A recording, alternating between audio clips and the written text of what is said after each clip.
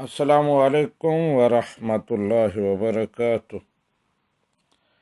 ایک بہن نے سوال پوچھا ہے کہ داڑھی کی توہین کرنا، داڑھی پر ہنسنا، اس کا مذاق اڑانا، اس کا شرعی حکم کیا ہے، اور ساتھ ہی اس کی بھی وضاحت چاہی ہے کہ داڑھی والے کا مذاق اڑانا، اس کے ساتھ استہزاء کرنا اور توہین کرنا، کیا اس کا بھی وہی حکم ہوگا؟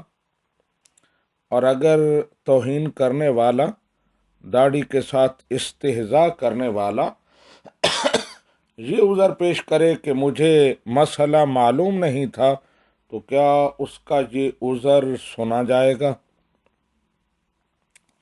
جی، اس سلسلے میں گزارش یہ ہے کہ داڑھی یہ اسلام کا شعار ہے، نبی رحمت صلی اللہ علیہ وآلہ وسلم کی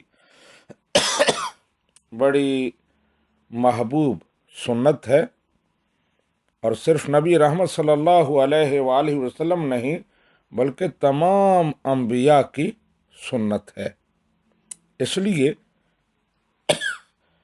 اس کی توہین اور اس پر ہنسنا، اس کا مذاق اڑانا، یہ صریحاً کفر ہے۔ اگر کوئی شخص یہ کہے کہ مجھے مسئلہ معلوم نہیں تھا، میرے پاس اتنا مذہبی علم نہیں تھا، اس لیے میں نے داڑھی کا مذاق اڑایا، اس کی توہین کی، تو یہ عذر نہیں سنا جائے گا۔ اس لیے کہ جو مسلمان مسلم کمیونٹی میں رہتا ہے، تو یہ کیسے کہا جا سکتا ہے کہ اسے یہ پتہ نہ ہو کہ داڑھی اسلام کا شعار ہے اور اس کا کیا مقام ہے اسلام میں؟ لہذا اس کا یہ عذر نہیں سنا جائے گا۔ ہاں، اگر ابھی وہ مسلمان ہوا ہے 2-4 دن پہلے، تو اس کے اس عذر پر غور کیا جا سکتا ہے، کیونکہ وہ ابھی اسلام میں داخل ہوا ہے، اسے داڑھی کی عظمت اور اس کے شعار اسلام ہونے کا علم نہ ہو، اس لیے اس سے یہ غلطی ہوئی۔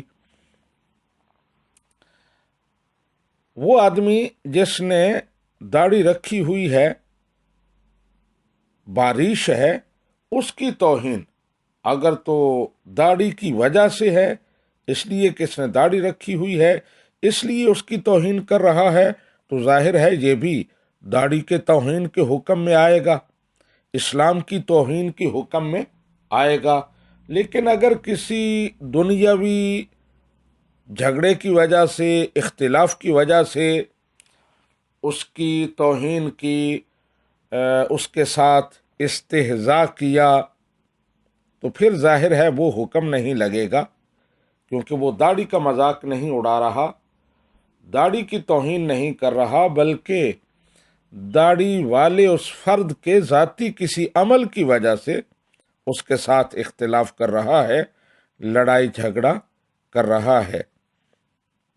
بہرحال داڑھی کی توہین یہ کفر ہے۔ اگر کوئی شخص داڑھی کی توہین کرتا ہے تو اس پر تجدید ایمان، اور اگر شادی شدہ ہے تو تجدید نکاح ضروری ہے۔ ھذا ما فہمت واللہ ورسولہ اعلم بالصواب۔